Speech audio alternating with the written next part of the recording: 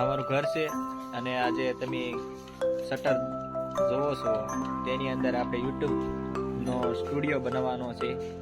તો વિડીયો અમારો કાયમિક માટે કેટલું કામ છે તે પણ વિડીયો બતાવીશું અને તારથી જે મશીન તમને છે તે પણ અમે બતાવીશું.